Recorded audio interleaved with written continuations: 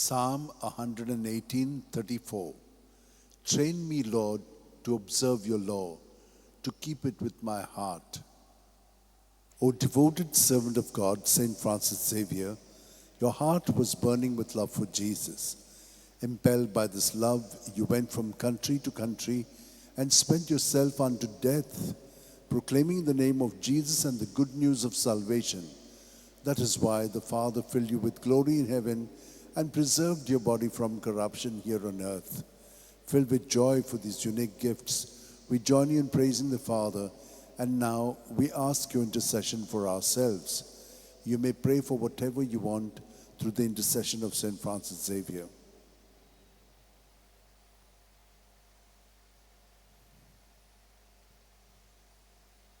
We ask you to obtain for us the fulfillment of these desires, if they are pleasing to the Father. And for everything, together with you, we praise the Father through Jesus in the Spirit. Amen. And may Almighty God bless us, the Father, and the Son, and the Holy Spirit. Amen.